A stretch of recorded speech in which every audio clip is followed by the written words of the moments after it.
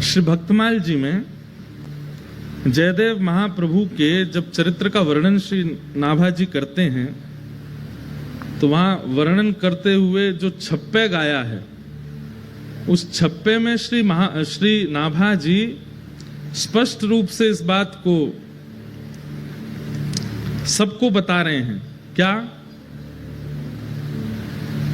जयदेव कवि नभ चक्कवे खंड मंडलेश्वर आन कवि प्रचुर भयो तिहु लोक गीत गोविंद उजागर। बहुत ध्यान से सुनिएगा आज, क्योंकि गीत गोविंद, कल भी गीत गोविंद हमने गाया, आज भी गीत गोविंद, और महाप्रभु जी को इतना प्रिय है, उसके बारे में थोड़ी हम चर्चा करें। प्रचुर भयो तिहु लोक गीत गोविंद उजागर। गीत गोविंद की महिमा केवल पृथ्वी पर नहीं है। एक बार की बात है कि एक राजा थे, उन राजा के यहां पर देवता भी आते थे, गंधर्व भी आते थे, पाताल लोक के नाग नागिन भी आते थे। तो एक बार उन राजा के उस सभा में, सब लोग इधर देखो, बहुत ध्यान से सुनो, देवी देवता गंधर्वजन और पाताल लोक के, रसातल लोक के, यमलोक के सब जीव भी वहां आए हुए थे, सब देवी देवता आए हुए थे।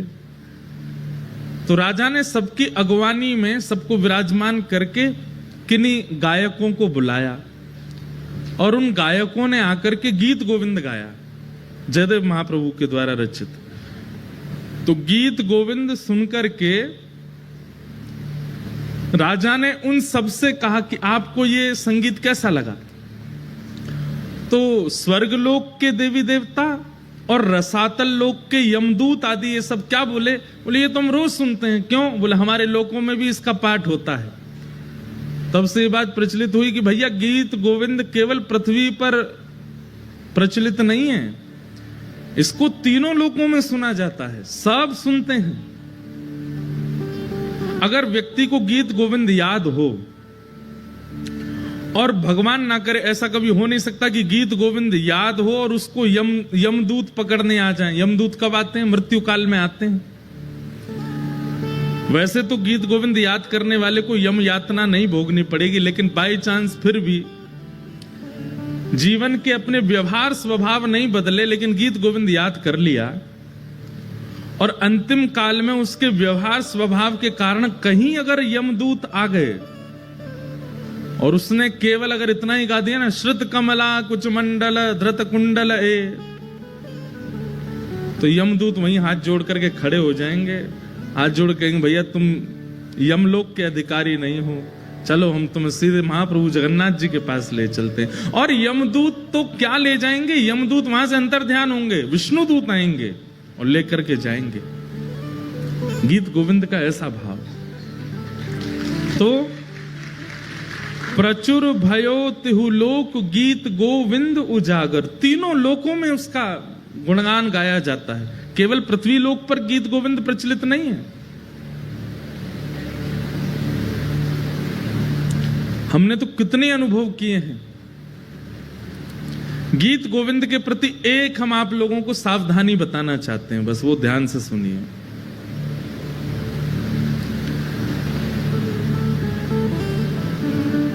वैसे तो ये सावधानी रखने वाली बात भी है, लेकिन कई लोग टेस्ट लेने के लिए इसको कर भी सकते हैं कि प्रयास करें कि गीत गोविंद जब गाया जाए और गीत गोविंद का जब पाठ किया जाए तो उस समय स्थान, मौसम और लोगों को देख लिया जाए। अगर स्थान उचित नहीं है, ये विचार कर लेना चाहिए कि महाप्रभु अगर जगन्नाथ जी यहां आए तो उनके योग्य व्यवस्था है कि नहीं। मौसम, कड़कती धूप पड़ रही है, भयंकर गर्मी, पसीना निकल रहे हैं महाराज, उस समय गीत गोविंद मत गाइए। और सामने बैठे हुए लोग अगर वो अधिकारी नहीं हैं, वो दूषित खाते हैं, दूषित पीते हैं, या किसी ऐसी सभा में है जहां विवाह का फंक्शन हो रहा है, किसी के ब्याह का क्रम चल रहा है, किसी का कुछ ऐसा चल रहा है जहां लोग खा भी रहे हैं, डोल रहे हैं, ऐसी जगह गीत गोविंद नहीं गाना। अधिकार का विचार करके गीत गोविंद का प्रस्तुतिकरण और गायन करना। अब ये भागवत की कथा है, यहां सब योग्य बैठे हैं, महाप्रभु जी विराजमान है, भागवत जी विराजमान है, इतने सारे वैष्णव विराजमान, यहां गीत गोविंद गाएं, ठाकुर जी आएंगे विराजेंगे। क्योंकि अष्टपदी अभ्यास करे तही बुद्धि बढ़ावे, और श्री राधा रमण प्रसन्न सुनन निश्चित तह आवे। श्री नाभाजी कह रहे हैं जगन्नाथ महाप्रभु तो राधा रमण जी जगन्नाथ जी में कोई अंतर नहीं है, लेकिन यहां पर जो शब्द कहा गया है वो सुनिए, श्री राधा रमण प्रसन्न सुनन निश्चित तह आवे। निश्चित शब्द लगा करके श्री नाभाजी ने इस बात को प्रमाणित कर दिया कि गीत गोविंद अष्टपदी का एक अक्षर भी जब प्रारंभ होता है ठाकुर जी उसी समय आ जाते, आकर के बैठ जाते और पूरा सुनते। तो इसमें विचार ये रखना चाहिए कि अष्टपदी कहीं भी ना गाई जाए, कभी भी इसका वाचन ना किया जाए। कई बार ऐसा होता है कि हम लोग सफर कर रहे हैं, गाड़ी में बैठे हैं, गाड़ी में बैठे बैठे आपको, कई लोगों को आदत होती है कीर्तन सुनने की, भजन सुनने की। अब उस समय अगर आपने ट्रैप रिकॉर्ड में गीत गोविंद चला दिया और गाड़ी पूरी पैक बैठी है, ठाकुर जी कहां बैठेंगे बेचारे आके? ठाकुर जी कहेंगे भैया ऊपर इसके कैरियल भी नहीं है, कहां लटक जाएं हम। अच्छा ये निश्चित है कि ठाकुर जी आएंगे, तो ठाकुर जी को श्रम होता है, बेचारे लटकते हुए सुनते हैं, लेकिन सुनते जरूर हैं। अच्छा इसमें एक चीज हम कह सकते हैं कि जैसे सीडी में चल रहा है, किसी का गाया हुआ चल रहा है, मतलब आधुनिक यंत्र से अगर गीत गोविंद गाया जा रहा है तो ठाकुर जी हो सकता है नहीं आते होंगे, लेकिन कोई भक्त बैठ करके गाता होगा तब तो ठाकुर जी निश्चित आते हैं। तो इसलिए उस समय सावधानी रखो, गाने में कोई अपराध नहीं लगेगा आपको। भक्तमाल जी में एक लीला आती है कि एक माली की बेटी थी, उसको गीत गोविंद याद हो गया। वो गीत गोविंद कब गाती थी? जब अपने बगीचे में बैगन तोड़ने जा रही थी एक दिन। अब बैगन तोड़ने के लिए जा रही थी तो सघन वन था, वहां कांटे लगे हुए थे। अब वो तो बच बचा के निकल रही थी अंदर और गाती हुई जा रही थी। महाप्रभु जगन्नाथ जी व्याकुल हो गए, कोई गीत गोविंद गा रहा है, और तुरंत दौड़े ठाकुर जी। और ठाकुर जी इतने रसिक हैं गीत गोविंद के कि ऐसे नहीं कि दूर बैठ के सुन लिया, कोई गा रहा है तो वहीं से नहीं, सामने बैठ के सुनते हैं, श्रोता का पूरा निभाते हैं नियम। अब वो तो सघन वन में कुंजों में घुसती जा रही थी। महाप्रभु जगन्नाथ जी सोचे कहां से आ रही आवाज, इनमें ये कांटों के वृक्ष लगे हैं, बेल छाई है, इसमें भीतर घुसी हुई है, वहां से बैगन तोड़ती हुई गा रही है।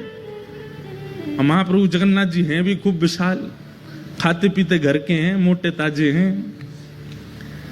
और जैसे ये घुसे भीतर, सोचो कभी कभी इमेजिन करो इनके स्वरूप को, ये कैसे घुसे होंगे भीतर।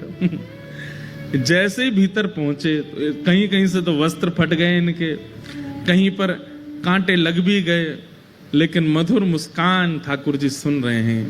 कभी कभी लगता है कि महाप्रभु जगन्नाथ जी 24 घंटे प्रसन्न मुद्रा में ही रहते हैं। क्यों? क्योंकि 24 घंटे कहीं ना कहीं गीत गोविंद चलता ही रहता है, इसलिए ठाकुर जी प्रसन्न रहते हैं, इतना प्रिय है ठाकुर जी को। तो महाप्रभु जी उसका गीत गोविंद सुन रहे थे, बड़े भाव से गा रही थी। जैसे ही गीत गोविंद विश्राम हुआ, महाप्रभु जी दौड़े मंदिर के लिए, मंदिर में जाकर के विराजमान हुए। तभी पुजारियों ने देखा बलभद्र जी सुभद्रा जी के वस्त्र तो बिल्कुल बढ़िया हैं और ये इनके अस्त व्यस्त हो गए, फट गए जगह जगह से। पूछा, हे महाप्रभु जी ये आपके वस्त्र कैसे फट गए? तो महाप्रभु जी ने ये भाव बताया कि मुझे गीत गोविंद बहुत प्रिय है, और कोई व्यक्ति कभी कहीं गाता है तो मुझे, मेरा मन होता है कि मैं वहां पहुंच जाऊं। तो अभी कहां गए थे? तो बताया, बोले एक माली की बेटी है, बैगन तोड़ के गाती है, मैं घुस गया भीतर, फट गए मेरे वस्त्र। उसी दिन वहां के गजपति राजा ने ये नियम बना दिया, पूरे जगन्नाथपुरी को इकट्ठा करके सबसे हाथ जोड़ के निवेदन किया कि जिनको भी अष्टपदी गीत गोविंद याद है, आपसे प्रार्थना है आसन लगा करके उस पर स्वयं बैठी और एक सन्मुख आसन पर रख करके तब गीत गोविंद गाई है, क्योंकि महाप्रभु जी आते हैं। आप चलते फिरते उठते बैठते कहीं कुछ करते हुए गाएंगे तो उसमें कोई दिक्कत नहीं है, लेकिन महाप्रभु जी को श्रम ना हो। और श्रम दो प्रकार के होते हैं। एक श्रम तो ये होता है कि ठाकुर जी के अनुकूल व्यवस्था नहीं है और ठाकुर जी को गीत गोविंद सुनने का चाव है, वो आएंगे, उनको कष्ट होगा। और दूसरा भाव ये है, मान लीजिए श्री मंदिर में कोई विशेष पूजा चल रही है ठाकुर जी की, और उसी समय आप गीत गोविंद गाने लग गए। ठाकुर जी का आने का बहुत मन है और उस समय सामने विशेष पूजा चल रही है, जा नहीं सकते, तो ठाकुर जी बहु प्रयास करके एक और रूप धारण करके आते हैं। और ठाकुर जी इतना श्रम करके आते हैं और उसके बाद भी आप अनुकूल जगह नहीं देखते, तो उनको पीड़ा तो होती है। पीड़ा तो खैर क्या, वो श्रमित तो होते हैं, और वैष्णव का स्वरूप है वो ठाकुर जी को श्रमित नहीं कराता। इसलिए गीत गोविंद का कभी भी पाठ कीजिए तो इस बात का ध्यान रखिए कि अनुकूल व्यवस्था है कि नहीं। चलते फिरते उठते बैठते अगर गाड़ी चल रही है तो रोक लीजिए, बगल वाले को उतार दीजिए, विचार कीजिए महाप्रभु जी बैठे, अब गा दें। बहुत ही चाव आ रहा है, गाने का बहुत मन हो रहा है, ऐसी स्थिति में आप गा सकते हैं। जहां अनुकूल ऐसा लगता हो कि ठाकुर जी विराजेंगे तो उनको संकट कष्ट नहीं होगा, ऐसी जगह गीत गोविंद गाइए। जहां योग्यताएं दिखती हो वहां गीत गोविंद का पाठ करो, क्योंकि श्री नाभा जी कहते हैं, राधा रमण प्रसन्न सुनन निश्चित तहां आवे। और एक बहुत विशेष बात गीत गोविंद के लिए, अष्टपदी अभ्यास करे तिहि बुद्धि बढ़ावे।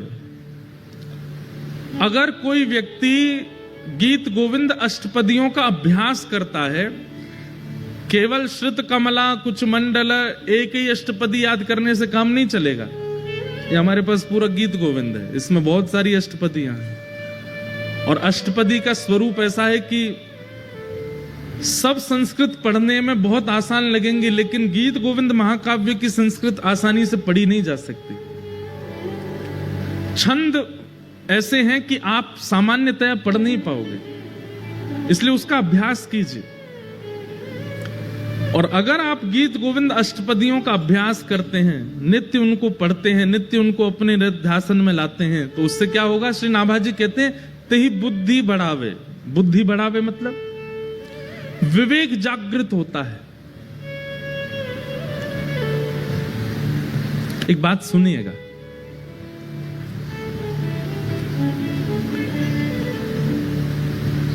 तीन प्रकार के दुख होते हैं जीवन में, बहुत ध्यान से सुनिए। तीन प्रकार के दुख होते हैं, कर्म, काल और स्वभाव। सबसे पहले दुख का कारण क्या है, हमारा कर्म। हम जैसा करते हैं हमको भोगना पड़ता है, चाहे कितना भी बड़ा व्यक्ति हो, अगर उसने गलत किया है उसको भोगना पड़ेगा। हाँ, ऐसा होता है कि आपने अगर गलती की और बाद में आपको उसका आभास हो गया कि मैंने गलत किया, और उसका अगर आपने प्रायश्चित किया तो गलती से मिलने वाला जो आपको दंड है वो 40% कट जाएगा, 60% तो फिर भी भोगना पड़ेगा। नाम जप से 30% और घट जाएगा, 30% तो भोगना पड़ेगा। और फिर जीवन के स्वभाव व्यवहारों को सुधारने से 20% और घट जाएगा, 10% फिर भी भोगना पड़ेगा। और 10% जब बच जाए तो अगर वैष्णव बुद्धि होगी आप उसको स्वीकार करके भोग लोगे, आप उससे भागोगे नहीं। मेरा कर्म है, अब आ रहा है तो आने दो, 10% तो भोग ही लोगे। तो पहले दुख का कारण कर्म, दूसरे दुख का कारण है काल, समय। सब लोग इधर देखिए, ध्यान से सुनो।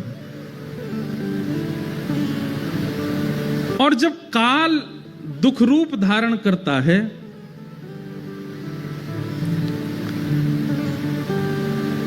तो काल क्या करता है, मति का हरण कर लेता है।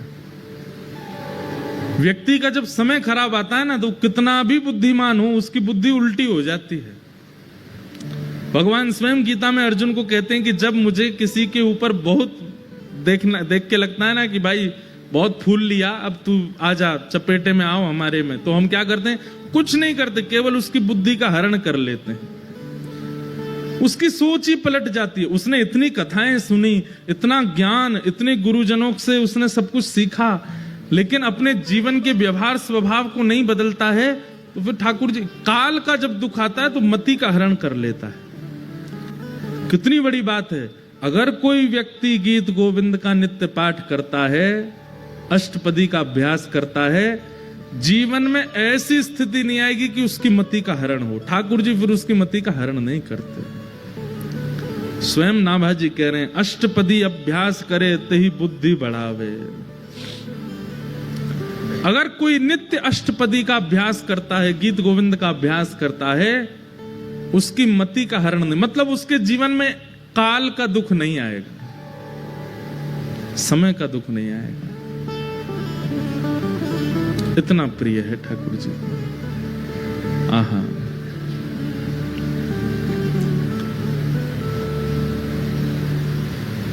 अरे और कहां तक कहें।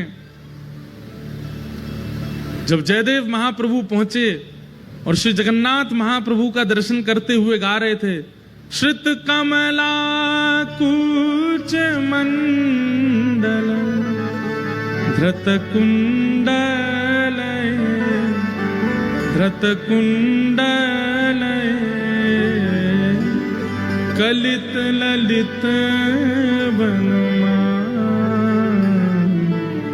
वनमाल तक पहुंचे थे। बस गाना तो चाह रहे थे जय जगदीश हरे, लेकिन श्री जगन्नाथ महाप्रभु अपने मधुर अधरों से गाने लगे, जय जय देव।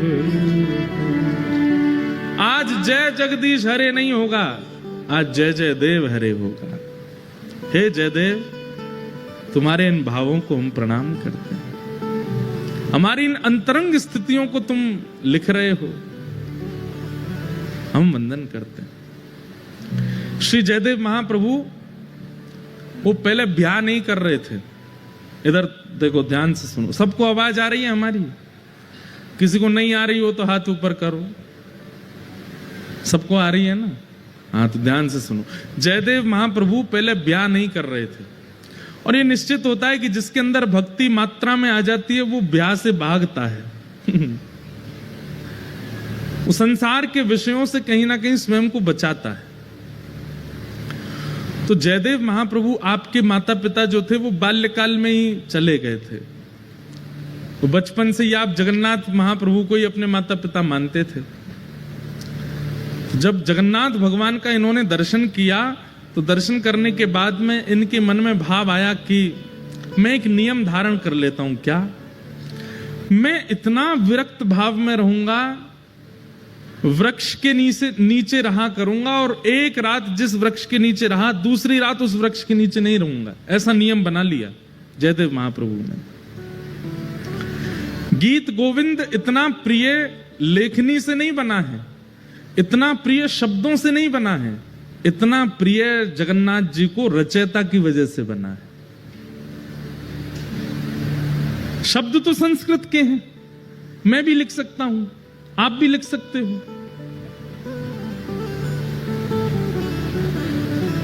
कई बार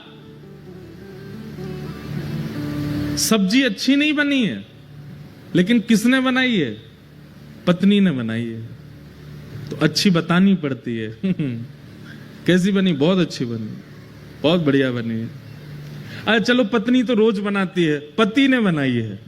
हाँ, पति कभी कभी भोजन रसोई घर में घुस जाता है तो गैस चूल्हा सब घबरा जाते हैं, बोले आज हमारी शामत है, आ गया, अब बनाएगा कुछ। तो जब पति रसोई घर में जाता, उस दिन सबसे ज्यादा खुश होती है पत्नी, और बच्चे तो कूदते रहते, आज पिताजी बनाएंगे कुछ। तो पतिदेव कैसा भी भोजन बनावे, पत्नी जब पाती है तो क्या कहती? बहुत अच्छा बना, बहुत अच्छा, सब कुछ। पत्नी को पता चल जाता है इसमें नमक कम है, नींबू भी कम है, थोड़ी सी मिर्च ज्यादा हो गई है, बच्चों को कहती है नहीं नहीं इसका पेट भरा, इसको मैं दोबारा खिलाऊंगी, वो फिर बाद में सही करके बच्चों को खिलाती है, लेकिन पति से क्या बोलती है, बहुत अच्छा बनना है। मतलब सामग्री से कई बार प्रेम नहीं होता है, सामग्री बनाने वाले से प्रेम होता है। महाप्रभु जगन्नाथ जी को सामग्री तो बहुत प्रस्तुत करने वाले हैं, पर प्रस्तुत करने वाला कैसा है उससे ठाकुर जी को सामग्री अच्छी लगती है। ये गीत गोविंद इतना प्रिय क्यों है ठाकुर जी को? क्योंकि जयदेव महाप्रभु,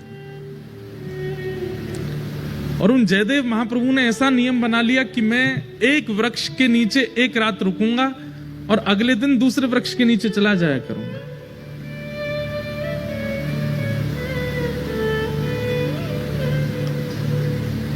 महाप्रभु जगन्नाथ जी को बड़ी चिंता रहती है जयदेव जी की। उनको लगा कि बताओ मेरा इतना प्रिय जयदेव, उसकी रचना मुझे इतनी प्रिय कि ठाकुर जी आज भी गीत गोविंद ओढ़ के सोते हैं, हृदय से लगा के सोते हैं। अरे भाई कोई प्रेम का निर्वहन 10 साल कर ले, 20 साल कर ले, 50 साल कर ले, 60 साल कर ले, श्री जगन्नाथ महाप्रभु 1000 साल से अपने प्रेम का निर्वहन कर रहे हैं। एक भी रात पिछले 1000 सालों में ऐसी नहीं गई है जिसमें महाप्रभु जगन्नाथ जी गीत गोविंद को लपेट करके ना सोए हो।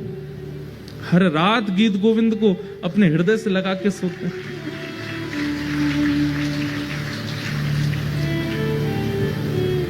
अरे प्रेम विवाह करने वालों के भी प्रेम चलते हैं, लेकिन कुछ वर्षों में कुछ खंडन तो उनके प्रेम में भी आता है।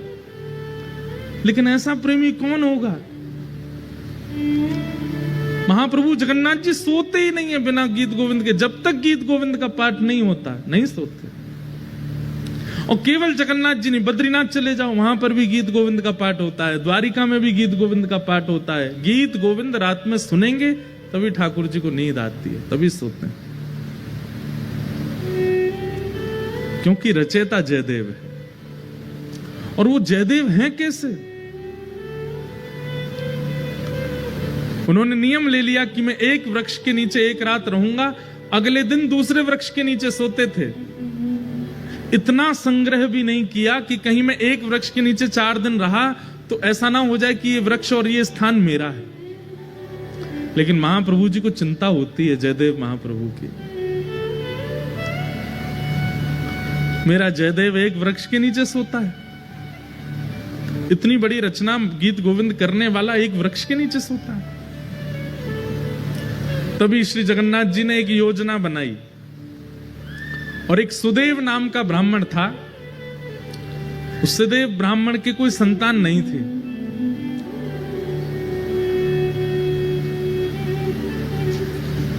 सब लोग बहुत ध्यान से सुनो, बहुत अच्छी कथा है। ठाकुर जी पहले ही योजना बना लेते हैं।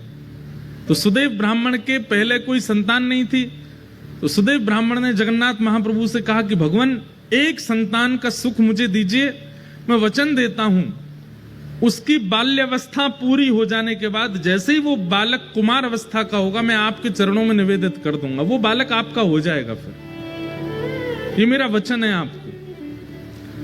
तो जैसे ही भगवान ने देखा कि भाई ये जयदेव महाप्रभु एक ही वृक्ष के नीचे रहते हैं, तभी ठाकुर जी ने विचार किया कि हम कैसे इनके इस वृक्ष के नीचे रहने वाले सिस्टम को दूर करवाएं।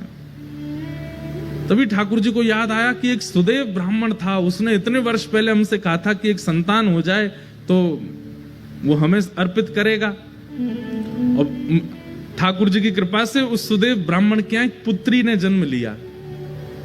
महाप्रभु जी ने विचार किया कि उसकी पुत्री अब विवाह के योग्य हो गई है।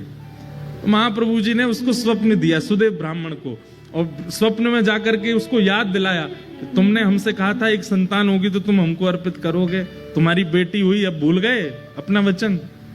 अगले दिन ही सुदेव अपनी बेटी लेकर के महाप्रभु जगन्नाथ जी के सामने गया। जय जय, मेरी धृष्टता क्षमा, मैं भूल गया था कि पुत्री आपको अर्पित करनी है। मेरी पुत्री, आप इसको स्वीकार करो। जैसे ही उसने प्रणाम किया, महाप्रभु जगन्नाथ जी उसके अंतस्थ में आ गए और बोलने लगे, बोले अब ये हमारी हो गई, तो हम जहां जाएंगे वहां इसको लेके जाओ, हम जहां चाहेंगे वहां इसको दे आओ। बोले आज्ञा करो। बोले एक वन में एक जयदेव महाप्रभु हैं, गीत गोविंद की रचना जिन्होंने की, उनसे जाकर के अपनी बेटी का ब्याह कर दो। पद्मावती नाम था उनका। तो सुदेव ब्राह्मण बोला, भगवान वन में रहते हैं, बेटी। बोले अब ये तुम्हारी बेटी नहीं तो तुम चिंता क्यों कर रहे हो? तुम्हारी बेटी होती तुम चिंता करते ना कि जमाई हमारा कैसा, घर है कि नहीं है, परिवार है कि नहीं, संपत्ति। अब तो ये हमारी हो गई, तो अब इसके पिता हम हैं, हम इसके लिए योग्य वर ढूंढ चुके हैं, उससे जाके ब्याह करो इसका। और जो आज्ञा भगवान, बिल्कुल संशय नहीं है मेरे चित्त में, मैं ब्याह कर दूंगा। और जाते जाते जगन्नाथ महाप्रभु, सुनो, तुम अपनी बेटी लेकर के संबंध कराने आए हो, ऐसा बिल्कुल मत बोलना। ये कहना महाप्रभु जगन्नाथ जी ने भेजा है और उन्होंने ही आज्ञा की है कि आपको इनसे ब्याह करना पड़ेगा। ठाकुर जी को कितनी चिंता हो रही है कि जयदेव जी का घर बन जाए, जयदेव जी की झोपड़ी हो जाए। सुदेव ब्राह्मण अपनी पुत्री पद्मावती को लेकर के पहुंचे। श्री जयदेव महाप्रभु एक वृक्ष के नीचे बैठे थे, तो प्रणाम किया। जयदेव महाप्रभु, कहिए भगवान कैसे आना हुआ? बोले भगवान आप सुयोग्य हैं और मेरी बेटी आपके बिल्कुल योग्य है, मैं अपनी पुत्री का आपसे विवाह करने के लिए आया हूं। और ये मैं अपनी पुत्री का विवाह करने इस भाव से नहीं आया कि मैं इनका पिता हूं। महाप्रभु जगन्नाथ जी ने मुझे स्वप्न देकर के आज्ञा दी है कि आप इनको स्वीकार करो। जयदेव महाप्रभु उठ खड़े हुए, हंस करके बोले जगन्नाथ प्रभु तो बोलेंगे ही, खुद ने तो 16,108 किए हैं, उनको क्या कमी है? वो तो 10-5 हजार और कर लें तो भी उनको कोई दिक्कत नहीं, वो तो कर्तुम अन्यथा कर्तुम समर्थ परमेश्वर हैं, वो संभाल भी सकते हैं। पर मैं कैसे संभालूंगा इनको? मैं तो एक वृक्ष के नीचे एक रात रहता हूं, फिर दूसरे वृक्ष के नीचे दूसरी रात गुजारता हूं, तीसरे, मेरा कोई ठिकाना नहीं है। और भाई इनको रखने के लिए तो बहुत व्यवस्थाएं करनी पड़ जाएंगी, मेरे भजन में बाधा हो जाएगी, मेरे चित्त में इतना भाव प्रेम नहीं उमड़ पाएगा फिर ठाकुर जी के प्रति। क्षमा करें महाप्रभु, भले ही जगन्नाथ जी ने इनको भेजा। अब देखो ये अधिकार प्रेमी व्यक्ति को प्राप्त होता है। हम आप होते तो घबरा जाते, ओहो जगन्नाथ जी ने कहा है, फिर तो मानना पड़ेगा, फिर तो करना पड़ेगा, फिर तो स्वीकार होना ही चाहिए। लेकिन जयदेव महाप्रभु इतने जानते हैं ठाकुर जी को, इतना प्रेम है उनका। बोले महाप्रभु जी से कहो कहीं और व्यवस्था देखें इनके लिए, बाकी सारी आज्ञा उनकी स्वीकार है, पर ये स्वीकार नहीं है, हम ब्याह नहीं कर पाएंगे।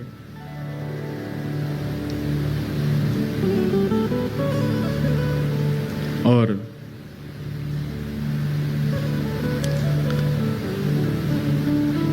श्री जयदेव महाप्रभु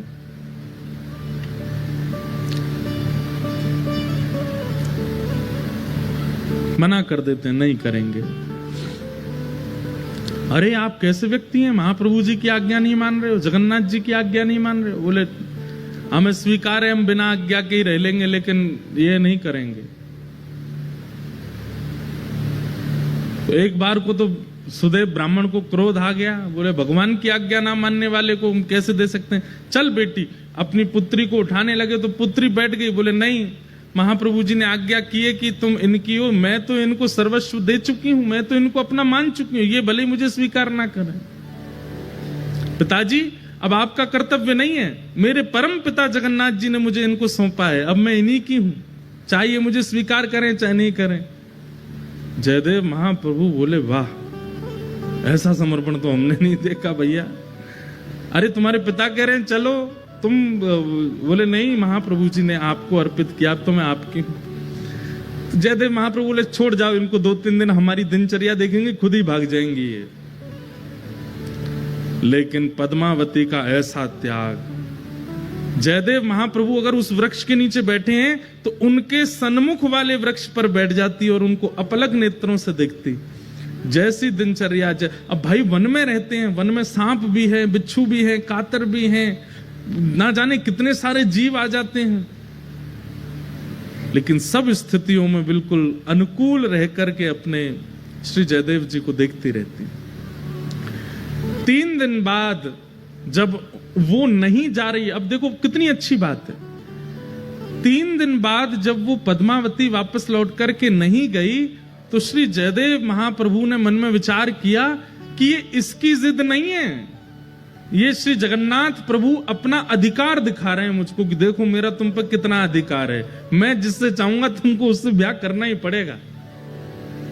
और ये बात सोच करके श्री जयदेव महाप्रभु रोने लगे कि ठाकुर जी मुझ पर कितना अधिकार मानते हैं कि मेरे 5 बार मना करने पर भी ये कन्या अपनी स्थान से हिल नहीं रही। इसकी सामर्थ्य नहीं है कि ये वन में रह सके, इसकी सामर्थ्य नहीं है वृक्ष के नीचे रह सके, इसने कहां तपस्या देखी है, लेकिन इसको ये सामर्थ्य कौन प्रदान कर रहा है? महाप्रभु जी। जयदेव महाप्रभु ने जब इसको अधिकार माना कि ये जगन्नाथ जी का अधिकार है मेरे ऊपर, और अधिकार मान करके पद्मावती से कहा मैं तुम्हारा वर्ण करूंगा, चलो। और तब पद्मावती से ब्याह किया, और ब्याह करने के बाद कहा देवी अब तुम तो ऐसे वृक्ष के नीचे रहती अच्छी नहीं लगती, चलो।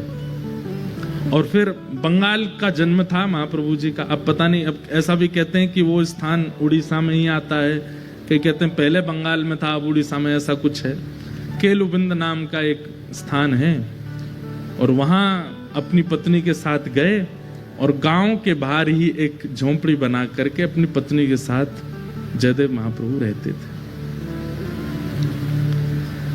अब ठाकुर श्री जगन्नाथ जी को शांति पड़ी कि हाँ अब ठीक है, झोंपड़ी में रहता है, अब कम से कम धूप, वर्षा, सर्दी, गर्मी, जीव जंतुओं से सुरक्षित तो है, कोई दिक्कत नहीं। महाप्रभु जी ने, जयदेव महाप्रभु महाकाव्य गीत गोविंद की रचना की।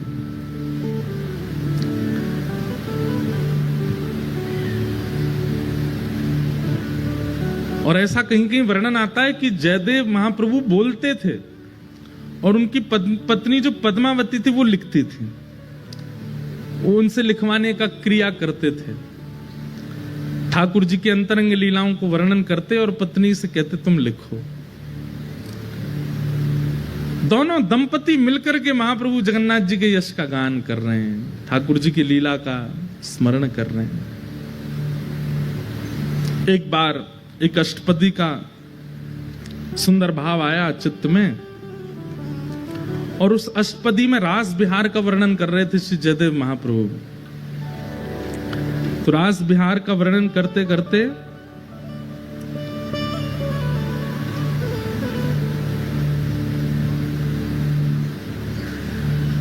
वदसि यदि किंचिदपि दंतरुचि कौमुदी हरति दरति मिरत मति घोरम।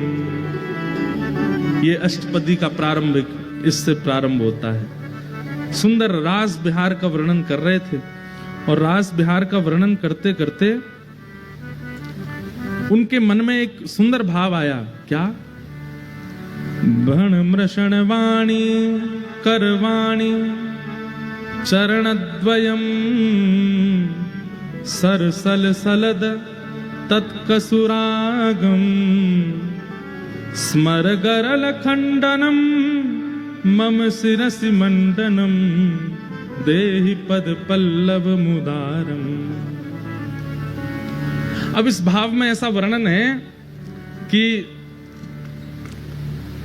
ठाकुर जी किशोरी जी के साथ रास बिहार कर रहे हैं, और रास बिहार करते करते ठाकुर जी आते हैं और थकी हारी किशोरी जी बैठी हैं, और किशोरी जी को थके हारा जान करके ठाकुर जी मन में सोचते हैं कि आज मैं अपने मन की इच्छा पूरी कर लूं। क्या है मन की इच्छा? और ठाकुर जी की मन की इच्छा है कि मैं एक बार किशोरी जी के दोनों चरण पकड़ करके अपने सिर पर धर लूं, और किशोरी जी ये करने नहीं देते। ठाकुर जी किसी ना किसी कौतुक से प्रणाम कर लेते हैं, सिर कभी कभी माथे नीचे धर लेते हैं किशोरी जी के चरणों में, लेकिन ठाकुर जी का क्या मन है कि जो पैर का तलवा है, ऐसे किशोरी जी के दोनों पैर ये बैठी हों और इनके दोनों पैर पकड़ के ऐसे अपने सिर पर धर लूं। अब देखो कितनी गंभीर बात है, ध्यान से सुनना।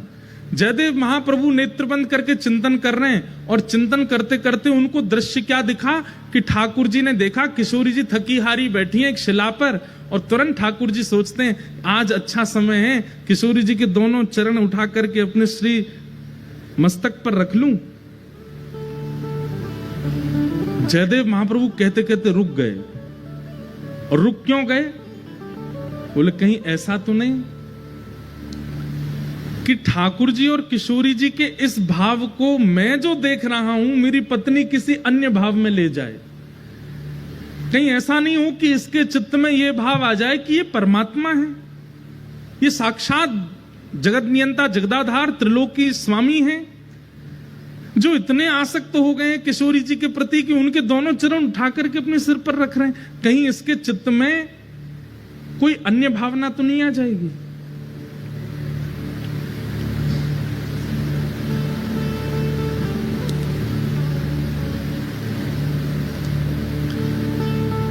बोलते बोलते जयदेव महाप्रभु रुक गए और तुरंत मन में विचार किया कि मैं अपना नित्य क्रम करे आता हूं और इसको मैं थोड़ा परिवर्तित करके बोलूंगा, ऐसा कोई भावना आवे जिससे इसके चित्त में कोई दुर्भाव प्रकट हो जाए।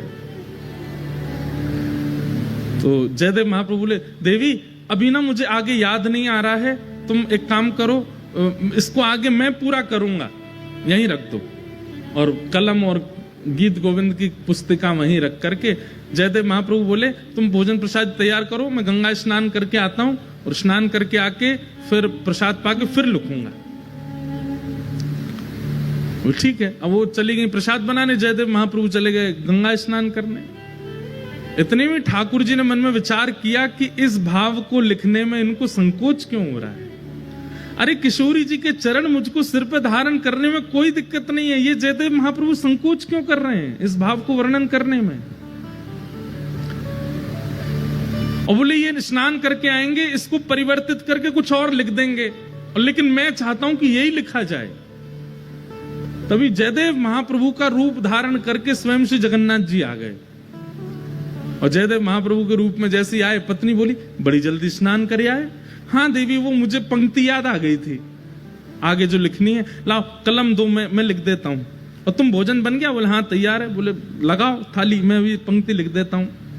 और श्री जगन्नाथ महाप्रभु ने जयदेव जी का रूप धारण करके इस पंक्ति को लिखा। क्या? भण मृषण वाणी करवाणी चरणद्वयम् सरसल सदल कथ सुरागम स्मर करल खंडनम मम शिरसि मंडनम देहि पद पल्लव मुदारम। हे किशोरी जी, आपके चरण कैसे हैं? बोले इन चरणों को यदि कोई दूर से देख ले और उसके चित्त में यदि काम भी उत्पन्न हो गया होगा तो किशोरी जी के चरणों में इतनी सामर्थ्य है कि उसके हृदय से उस काम का नाश हो जाएगा। ऐसे काम नाशक इन चरणों को मैं अपने शीश पर धारण करता हूं। स्वयं ठाकुर जी ने लिखा और लिख करके जयदेव महाप्रभु की छाप लगा दी। जयति जयदेव कवि भारती भूषितम मानिनी जननि तिशातम। जयदेव महाप्रभु की छाप लगा करके और पूरी पंक्ति पूरी करके, देवी भोजन लगाओ। पत्नी ने, पद्मावती ने भोजन बनाया, ठाकुर जी ने प्रेम से पाया। और नियम था पद्मावती का कि जयदेव महाप्रभु पाते, फिर उसी थाली में जो बच जाता उसमें ही थोड़ा परोस के पाती थी। आज ठाकुर जी ने अपना अधरामृत दे दिया पद्मावती को, और पद्मावती ने प्रेम से उसी में ही दाल भात मिला करके पाया। आज तो ऐसा अद्भुत, आज पद्मावती बोली ऐसा लगता है मेरे हाथों में लक्ष्मी आ गई है। कितना सुंदर स्वाद, ऐसा लगता है जगन्नाथ महाप्रभु का भात पा रही हूं क्या। बड़े आनंद में निमग्न होकर के एक एक कोर पा रही थी। तभी जयदेव, असली जयदेव आ गए। और वो जयदेव कहां गए? बोले देवी मैंने तो बहुत पा लिया, अब मैं सोने कक्ष में जा रहा हूं, तुम पालो। जगन्नाथ जी तो चले गए भीतर कक्ष में, असली जयदेव जी आए। आकर के अपनी पत्नी को देखा, वाह देवी इतनी जोर की भूख लगी कि आज हमसे पहले ही पा लिया आपने। पद्मावती बोली क्या कह रहे हैं? बोले तुम रोज हमको पवाती हो, फिर हमारे बात पाती हो, आवाज हमसे पहले ही पा रही हो। पद्मावती बोली, कुछ खा पी लिए हैं क्या आप? अरे अभी अभी तो आप प्रसाद पाके सोने गए थे, आपका जो बचा थाल में वही मैं पा रही हूं। जयदेव महाप्रभु बोले, मैं तो तब का गया गंगा स्नान करके और संध्या वंदन करके अब लौटा हूं, मैं कहां प्रसाद पाया मैंने अभी। अरे आप थोड़ी देर पहले आ तो गए थे, बोले मुझे पंक्ति याद आ गई है, जल्दी कलम दो, और तुरंत आप लिखने बैठ गए और लिख करके आज बड़े खुश हो रहे थे, बड़े आनंद से अपना ही नाम गा रहे थे, वाह जयदेव कह रहे थे। और फिर प्रसाद प्रेम से आपने पाया और सोने गए हो भीतर, पीछे से निकल के फिर आ गए हो बाहर, ये क्या लीला कर रहे हो आज? जयदेव महाप्रभु बोले, मैं पंक्ति लिखने आया था। बोले हाँ, कहां है? गीत गोविंद काव्य। बोले वो वहीं जहां आप रखते हैं वहीं रखा है। तुरंत दौड़ करके गए और जैसे ही उस पंक्ति को देखा, जिस पंक्ति को लिखने में संकोच जयदेव महाप्रभु कर रहे थे, सुंदर अक्षरों में श्री जगन्नाथ जी अपने हाथों से लिख करके गए। और जब अंतिम पंक्ति पढ़ी, जयति जयदेव कवि भारती, जयदेव की जय जय हो, जो भारत में ऐसा भूषण रत्न जयदेव प्रकट हुआ उसकी जय जय हो। अपने प्रति ये मान सम्मान महाप्रभु जी के द्वारा सुन करके देख करके जयदेव जी रो पड़े। तुरंत पत्नी से बोले, चलो जगन्नाथपुरी। महाप्रभु जी के सन्मुख आकर के इतना रोए, नाथ आप कितना स्नेह देते हैं, कितना प्रेम करते हैं, सर्व भावों से आपने मुझे युक्त कर दिया है, मैंने क्या दिया आपको? केवल शब्द ही तो प्रकट कर रहा हूं, इससे अधिक तो मैं कुछ करता नहीं आपके लिए। ना कभी कोई रत्न चढ़ाए हो, ना कभी कोई भेष चढ़ाया हो, ना कभी महाप्रसाद लगाया हो, ना कभी 56 भोग का कोई मनोरथ जगन्नाथपुरी में कोई विशेष उत्सव किया हो, कुछ नहीं। दूर बैठा बैठा केवल शब्द प्रस्तुत करता हूं और आप इतने प्रसन्न हो जाते हैं। जयदेव महाप्रभु को देख करके जगन्नाथ जी कहते हैं, ये सबसे प्रिय भोग है मेरा, जब कोई भक्त अपने शब्द प्रकट करता है, ये मुझे सबसे ज्यादा प्रिय लगता है। इसलिए भैया, ये गीत गोविंद महाकाव्य, इसको सामान्य स्तुति मत समझिएगा। ना तो शरीर के रोग दूर होंगे, ना घर परिवार के कलेश दूर होंगे। गीत गोविंद कोई हनुमान चालीसा की तरह पाठ नहीं करना, भूत पिशाच निकट नहीं आवे, महावीर जब नाम सुनावे। गीत गोविंद तो प्रेम लक्षणा भक्ति प्रदान करता है। ऐसे गीत गोविंद को हम बारंबार प्रणाम करते हैं और जयदेव महाप्रभु के प्यारे श्री जगन्नाथ जी को बारंबार वंदन करते हैं कि आप इतने कृपालु हैं कि इतनी सहज अक्षरों पर आप प्रसन्न हो जाते हैं।